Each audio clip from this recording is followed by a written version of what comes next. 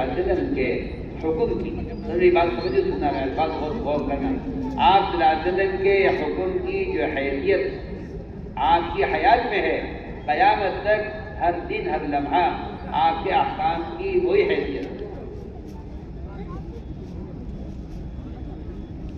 جو حیثیت آپ کی آپ کے حکم کی آپ کی حیات میں ہے، قیامت تک ہر دن آپ صلی اللہ علیہ وسلم کے حکم کی وہی حیثیت ہے۔ زمانے کی قدامت اور زمانے کے بدلنے سے اور زمانے کے پرانا ہونے سے آپ صلی اللہ علیہ وسلم کی نہ کوئی سنت پرانی ہوئی ہے، سارے گدھے اور پاگل ہیں جو یہ کہتے ہیں کہ یہ سنت زمانے کی نہیں ہے، وہ شاید محمد صلی اللہ علیہ وسلم کو ان کے زمانے کا نبی سمجھتے ہیں، زمانے کا نبی نہیں سمجھتے۔ میں آپ کو بے تکلف کہہ رہا ہوں، آج اگر کوئی مسلمان کسی سنت کے بارے میں یہ کہتے ہیں کہ یہ زمانے کی سنت نہیں ہے تو محمد صلی اللہ علیہ وسلم کو اپنے زمانے کا نبی نہیں مانتا، وہ آپ صلی اللہ علیہ وسلم کو ان کے زمانے کا نبی مانتا ہے۔ بالکل صاف تو احساس مردہ ہو گئے ہیں۔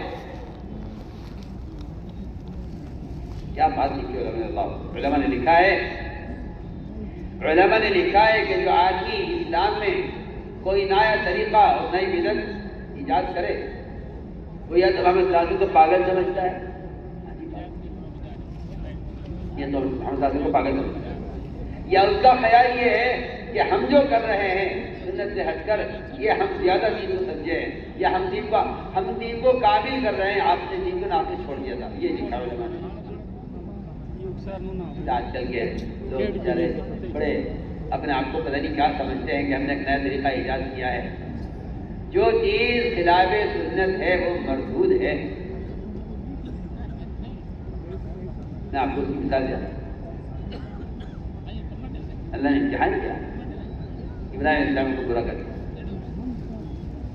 جو امتحان آپ صلی اللہ علیہ وسلم، جو امتحان اللہ تعالیٰ ابراہیم السلام کا لے رہے ہیں، وہ امتحان آپ صلی اللہ علیہ وسلم ایک شادی کا لے رہے ہیں کہ میں نے ایک امت بنائی ہے، اس سے ایمان لائے ہیں، دیکھو تم صحیح سننا میری بات توجہ سے، بہت بہت ضروری باتیں میں کر رہا ہوں، آپ کو خیال ہے دیکھو تو صحیح، میرا ایک امتی، اس کا مجھ پر کتنا ایمان ہے،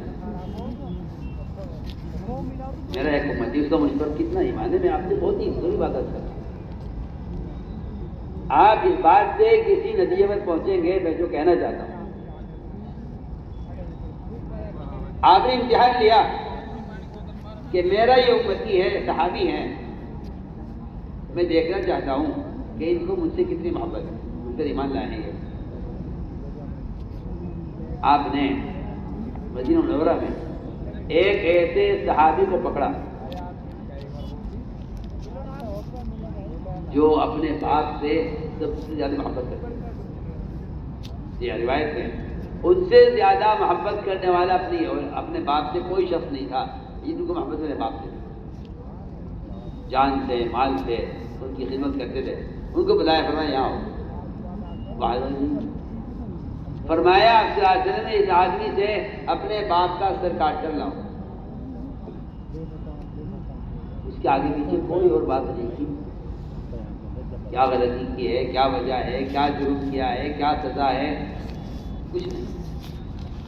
فرمایا یہاں ہو، کیا بات ہے، جاؤ اپنے باپ کو سر کاٹ کر لاؤ۔ یہ صحابی دوڑے، فوراً سنتے ہی، میں کہاں جا رہے ہو؟ امتحان، میں تو آپ کو امتحان بتانا چاہتا ہوں۔ آپ امت جو بنائی تھی وہ کیسے بنائی تھی اللہ؟ تو میں کہاں جا رہے ہو؟ عرض کیا کہ آپ کا حکم ہے، باپ کا سر لینے کے لیے جا رہا ہوں۔ آپ سوچیے، آپ ایک آدمی کی عقل تقاضا کرتی ہے کہ کم سے کم پوچھتے رہو کہ جی اللہ کیا بات ہے۔ آج میں آپ سے پوچھتا ہوں، اگر نبی کا کوئی حکم استنجے کی سنت سے لے کر نماز کے فرائض تک، اگر نبی کوئی حکم دے رہے ہیں، آپ بھی پوچھیں کہ جی کیوں، اس کی کیا ضرورت ہے؟ آپ بتائیے، آپ اس واقعے کو سامنے رکھ کر اپنی حالت میں غور کیجیے۔ میں بھی حالت میں غور کرتا ہوں، میں تو اپنے آپ کو کہہ رہا ہوں۔